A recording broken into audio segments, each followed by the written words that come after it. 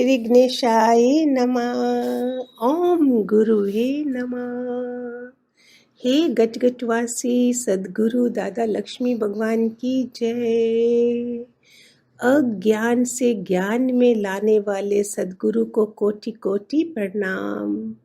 अंधकार से प्रकाश में लाने वाले गुरुदेव को सादर प्रणाम। भगवान जी को सादर प्रणाम। आज का सत्संग है आत्म बल बढ़ाने के लिए थोड़े से एग्जाम्पल स्टोरीज दृष्टांत आपको सुना रहे हैं। ये दृष्टांत दृढ़ शक्ति संकल्प का है। एक बार एक छोटा सा 8 साल का बच्चा स्कूल में आग बुरी तरह से जल गया। आग में उसकी टांगें बहुत बुरी तरह से जल गई थी। डॉक्टरों ने कहा कि वह कभी चल नहीं पाएगा। उसके पैरों का सारा मांस जल चुका था। हॉस्पिटल में जब वह घर आया तो उसकी माँ उसके पैरों की रोजाना मालिश करती और उसे ही व्हील चेयर पर घुमाने पास के मैदान में ले जाती। उस बच्चे में बड़ा दृढ़ विश्वास था। उसकी संकल्प शक्ति बहुत ही तारीफ करने के योग्य थी। उसे विश्वास था कि चाहे कुछ भी हो वह चलेगा। एक दिन उसकी माँ ने उसे व्हील चेयर पर बैठाकर कहीं चली गई तो उसने स्वयं उस चेयर से गिरा लिया और खुद को घसीटना शुरू कर दिया। वह रोजाना ऐसा करता रहा। धीरे धीरे उसके पैरों में कुछ जान आने लगी। वह खड़ा होने लगा, फिर बहुत धीरे धीरे चलने लगा, फिर सामान्य तरह से चलने लगा, फिर वह दौड़ने लगा। एक दिन अमेरिका का एक मील दौड़ने वाला सबसे तेज गावक बन गया। उसने 1500 मील की दौड़ में विश्व रिकॉर्ड बनाया। वह कोई और नहीं डॉक्टर ग्लेन कंगिम थे। कंगिम की संकल्प शक्ति को बार बार नमन किया जाता है। ये संकल्प शक्ति के दृष्टांत है। और हमारे तो सब कुछ ठीक ठाक है तो फिर हमारे को क्या कमी है। इसलिए दृष्टांतों से भी बुद्धि खुलती है, थोड़ा हमको समझ आती है। एक पॉजिटिव सोच के ऊपर है ये दृष्टांत। हाथों का मोहताज नहीं, हौसला चाहिए। सकारात्मक सोच के साथ जिद की जाए तो वास्तव में दुनिया बदल सकती है। ऐसा ही कर दिखाया श्री राम कॉलोनी सांगानेरी निवासी 15 वर्षीय किशोर रोशन नागर ने। 2002 में हुए हादसे में दोनों हाथ व एक पैर गंवा देने के बाद पढ़ाई का सपना चूर हो चुका था। घर के बुजुर्ग की हिम्मत भी जवाब दे चुकी थी, लेकिन रोशन ने जिद की और वह 10वीं की बोर्ड परीक्षा दे रहा है। उस समय 2002 में घर की छत से गुजर रही हाई टेंशन लाइन के तारों में दोस्त की पतंग सुलझाने के दौरान रोशन नंगे पैरी छत पर चला गया। लोहे का सरिया हाथ में लेकर रोशन पतंग के लिए लपका तो उसे ऐसा करंट लगा कि एक पैर और दोनों हाथ गंवाने पड़े। 2 ऑपरेशन के बाद दादा उसे घर ले आए। इलाज के करीब 10 मास के बाद महीने के बाद रोशन ने पढ़ने की इच्छा जाहिर की। इस जिद पर दादी ने इतना हौसला बढ़ाया उसका। उन्होंने उसके हाथ में कलम बांधकर लिखने का अभ्यास कराया। कड़ी मेहनत के बाद उसने 2003 में 5th क्लास में फिर से स्कूल जाना शुरू किया। इसी लगन के साथ उसने 6-7 स्टैंडर्ड में अच्छे मार्क्स लेके 9वीं में भी 64%, 54%, 79%। बिना हाथ के 15 ईयर्स ओल्ड रोशन नागर का हौसला देखिए। रोशन ने कटे हाथ पर कलम बांधकर जयपुर के नेवटा केंद्र पर 10वीं की परीक्षा दी है। रोशन कहता वह किसी पर बोझ बनकर नहीं रहना चाहता, वह सीए बनना चाहता है। रियल लाइफ इंस्पायरेशनल स्टोरी है ये कि गोल अगर सेट है तो इंसान क्या नहीं कर सकता। और हम जो दादा लक्ष्मी भगवान के पास आए हैं, हाथ पांव ठीक हैं, आंखें ठीक हैं, टांगे ठीक हैं, सब कुछ ठीक है, फिर देरी कहाँ है। ये दृष्टांत एक माँ अपने बेटे के बारे में बता रही है जिसके पास शूज के लिए पैसे भी नहीं थे। उसेन बोल्ट के पास दुनिया का एथलेटिक्स चैंपियन में था वो। उसकी माँ अपने जुबान से सुनाती है ये कहानी। बोलती है कि जो फर्श से अर्श तक पहुंचा है उस इंसान की कहानी जो बचपन में खेलता था क्रिकेट, लेकिन आज धूम मचा रहा एथलेटिक्स में और बन गया है दुनिया का सबसे तेज दौड़ने वाला उसे उसैन बोल्ट के नाम से जानते हैं, लेकिन वो बोलते मेरे लिए वो मेरा बेटा है। मेरे पति वेल्सले गांव में छोटी सी दुकान चलाते हैं, इसलिए बचपन में उसैन को स्पोर्ट्स शूज़ नहीं दिला पाए थे। स्कूल में जूते दिलाए थे नॉर्मल, जिससे उसकी ट्रेनिंग ने रफ्तार पकड़ी।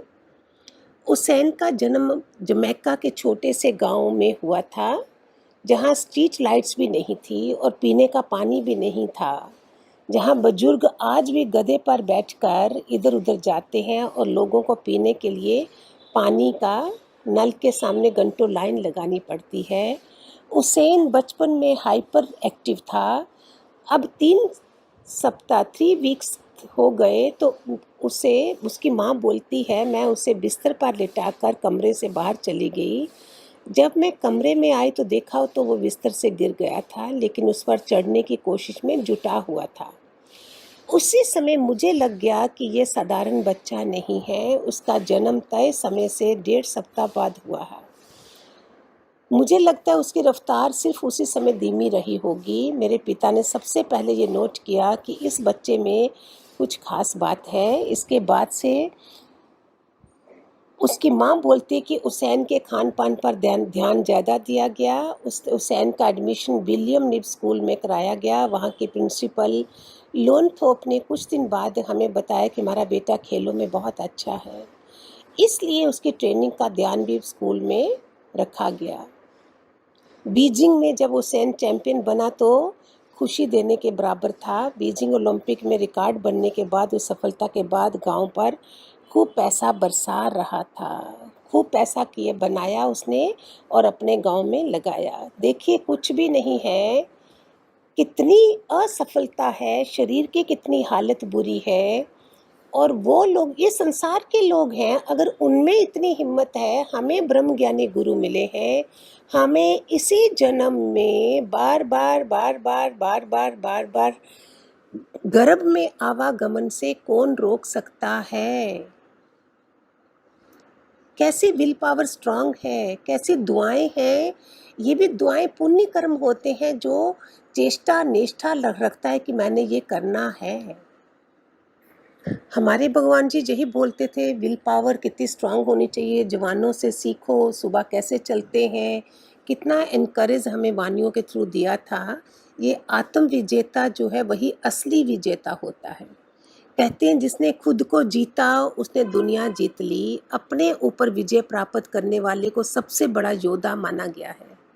मनुष्य का असली शत्रु वह स्वयं है। हमारे असली शत्रु हमारे कुसंस्कार होते हैं, बाहर नहीं होते हैं। हमारे शत्रु हमारी बुरी आदतें, हमारे कुविचार, हमारा भ्रष्ट आचरण आदि होता है, जिसके कारण हमारे घरों में प्रॉब्लम आ रही है। हमें समझ नहीं आ रही है कि हम अभी तक इतना आत्मबल क्यों नहीं आया, कि इतने सालों से सत्संग में आ रहे हैं, इतने सालों का जो भगवान जी से लिया था उसका आज हमको देना है कि हमने क्या पाया उनसे। सो दैट घर में जितने भी पेशेंट बन चुके हैं उनकी मैं डॉक्टर हूँ। ये बनना था ना। नहीं तो पुरानी आदतें अगर मैंने नहीं छोड़ी भगवान जी के होते सत्संग में, अपने पुराने कुसंस्कार नहीं, कुविचार क्या है, गांठें बांधी हुई हमने सबने, सबके बारे में, सत्संग में भी, संसार में भी, रिश्तेदारों में भी। इट मीन्स हम कितने छोटे लेवल के रह जाते हैं। लेना देना पहली चीज़ थी कि लेना देना करो। ये तो सत्संग में आके थोड़ी लोग संसार में भी करते हैं, लेकिन वो गुस्से में करेंगे। हमारे भगवान जी ने बोला लेना देना आनंद का हो, बाकी सब छोड़ दो। हम लोग लेना देना घर में करेंगे बिना गुरु के तो वो क्या लड़ाई झगड़ा हो जाएगा। तो इसलिए हमारे असली शत्रु हमारे कुसंस्कार, हमारी पुरानी आदतें, बुरी आदतें, कुविचार और भ्रष्ट आचरण होता है। बोलते दीमक जो है लकड़ी को पूरा उस विषाणु बन के स्वस्थ को चाट जाते हैं। व्यसन जो होते हैं दुर्गंध मनुष्य को गर्त में धकेलते हैं और दूसरों का दोष हमें तुरंत दिखाई देता है, जबकि अपने दोषों के प्रति हम पूरा भरे हुए हैं, हम आंखें मूंदे हुए हैं। यदि हम अपने ही दुर्गुणों को, अपने ही आचरण को, अपना ही कुसंस्कारों पर विजय प्राप्त कर सके तो इससे असली विजेता कोई भी नहीं हो। गुरु भी कितना खुश हो जाए, वाह इसने जो मैंने बताया वो इसने करा। इन शत्रुओं पर विजय प्राप्त करना सबसे कठिन कार्य है, और इसको अगर परास्त कर दिया हमने, जितेंद्रिय हो गए हम, तो इससे बढ़िया कोई हो ही नहीं सकता। कितनी कॉम्प्लिकेटेड लाइफ हम बना देते हैं, अपनी घर की लाइफ कॉम्प्लिकेटेड बना देते हैं। गांठें ही गांठें हैं। डॉक्टर क्या करता है, वो गांठ तो ठीक कर देगा जो शरीर में बनी है, लेकिन वो शरीर में गांठ बनी कहाँ से? उसके पास सत्संग नहीं था, उसने लेना देना नहीं करा। जहाँ तो सत्संग छोड़ के घर बैठ जाएंगे, बोलेंगे ठीक है, वो फिर जहाँ से आते हैं वो लोग उधर चले जाते हैं, उनका पतन हो जाता है। और जो अटल रहता है गुरु के वचनों पर, और वो कहाँ पहुँच जाता है? जो गांठ बनी, जो हमने बांधी है, वो मन से कैसे डॉक्टर कैसे निकाल लेगा? इसलिए गुरु सत्पुरुष मिलते हैं हमारे डॉक्टर मन के, वो हमारी सारी गांठें निकालते हैं, हमें सबक सिखाते हैं, जीने का ढंग सिखाते हैं, कैसे रहो, कैसे दूर करें। घर में अभी का माहौल जो बन गया है उसको कैसे दूर करें, कैसे ब्रह्म ब्रह्म करके भगवान भगवान, आत्मा है वो भी आत्मा है, मैं भी आत्मा हूँ। वो अगर आत्मा अपने को नहीं समझती है, लेकिन मैंने इस ज्ञान लिया है, मैं गुरु का बच्चा हूँ, मैंने तो देखना है ना। कितना मज़ा हो जाए ऐसे। हम सबको जगाने में मदद करें। अभी हम सबका फर्ज बनता है, जो जो ज्ञान हमने लिया है, जहाँ भी हम रहते हैं, हमारे पड़ोस में, हमारे शहर में, हमारे देश में, जहाँ भी है, दुनिया से जाने से पहले हम उनको भी जगा जाएं। यही एक गोल होना चाहिए, यही हमारा धर्म है। अभी ये स्टोरी दृष्टांत जो है वो इसके ऊपर है कि हम जो देखते हैं, दुनिया हमें वैसी नहीं दिखती जैसी वह है, बल्कि वैसी दिखती है जैसे हम हैं। We see things not the way they are but the way we are। एक ऐसे बुद्धिमान व्यक्ति की कहानी है जो अपने गांव के बाहर बैठा हुआ था। एक यात्री उधर से गुजरा, उसने उस व्यक्ति से पूछा, इस गांव में किस तरह के लोग रहते हैं, क्योंकि मैं अपना गांव छोड़कर किसी और गांव में बसने की सोच रहा हूँ। तब उस बुद्धिमान व्यक्ति ने पूछा, तुम जिस गांव को छोड़ना चाहते हो, उस गांव में कैसे लोग रहते हैं? बहुत अच्छा दृष्टांत है जो हम सबको जगा देगा। उस आदमी ने कहा, वे स्वार्थी हैं, निर्दयी हैं और रूखे हैं। बुद्धिमान व्यक्ति ने जवाब दिया, इस गांव में भी ऐसे ही लोग रहते हैं। कुछ समय बाद एक दूसरा यात्री वहां से आया, उस बुद्धिमान व्यक्ति से यही सवाल पूछा। बुद्धिमान व्यक्ति ने उससे पूछा, तुम जिस गांव को छोड़ना चाहते हो उसमें कैसे लोग रहते हैं? उस यात्री ने जवाब दिया, वहाँ लोग विनम्र हैं, दयालु हैं, एक दूसरे की मदद करने वाले हैं। तब बुद्धिमान व्यक्ति ने कहा, इस गांव में भी तुम्हें ऐसे ही लोग मिलेंगे। इस कहानी से क्या सबक मिलता है? हम दुनिया को उस तरह नहीं देखते जैसी वो है, बल्कि हम जैसे खुद हैं वैसा देखते हैं। ज़्यादातर दूसरे लोगों का व्यवहार हमारे ही व्यवहार का आईना होता है। हम अगर ज़ोर से बोलते हैं तो दूसरा भी ज़ोर से बोलता है, हम नम्रता से बात करते हैं तो दूसरा भी नम्रता से बात करता है। तो ये सब क्या है? हमारा जीवन कैसा प्यार भरा सद्गुरु मिलने के बाद कितना प्यार भरा होना चाहिए। भगवान जी ने बाइयों को भी सेवादारी बोला, उनको बाई नहीं बोलो, अंधे को सूरदास बोलो। ऐसी ऐसी बातें बताई हैं जो दूसरे को मुंह पे ऐसा नहीं बोलना है। जैसी दृष्टि वैसी सृष्टि बनती है, जैसा चश्मा पहनेंगे वैसा चश्मा हमको दिखेगा। एक बार क्या हुआ, राजा, मंत्री और वजीर 3 जने गए किसी चोर को ढूंढने। रास्ते में एक फकीर था, पहले राजन गुजरे, नहीं पहले उनका वजीर गुजरा। उसने, अंधे थे वो, उसने बोला, हे अंधे, जहाँ से कोई चोर देखा है? बोलता, नहीं देखा है। फिर आए मंत्री, उन्होंने बोला, हे सूरदास, तूने इधर से किसी को जाते देखा है? उसने बोला, नहीं देखा है। फिर राजा जब आए तो उन्होंने बोला, हे चक्षु प्रज्ञा चक्षु, जहाँ से किसी को जाते देखा है, बोलता हे राजन, हाँ मैं पहले तुम्हारा वजीर गया है, फिर तुम्हारा मंत्री गया है। बोलते तुम्हें कैसे पता चला? बोलता बादशाह से। तुम्हारे वजीर ने ऐसे बोल, जो ऐसे बोला वो वजीर था, जो ऐसे बोला वो मंत्री था, और आपने जैसे बात करी है तो आप राजन हो। तो अगर हमारा ज्ञान है a pure Saul, beautiful Saul, powerful Saul, दादा भगवान ने हमेशा कहा है तुम एक आत्मा हो, तो आत्मा शरीर के स्वभाव से थोड़ी चलती है। आत्मा का गुण क्या है? आत्मा का गुण दूसरे को भी आत्मा देखता है, अपना आप देखता है।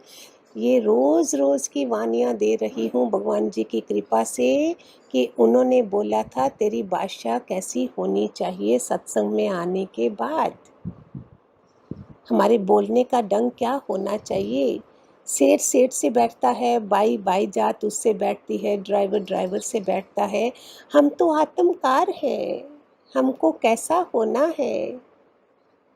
ठीक है, हरिओम, गॉड ब्लेस।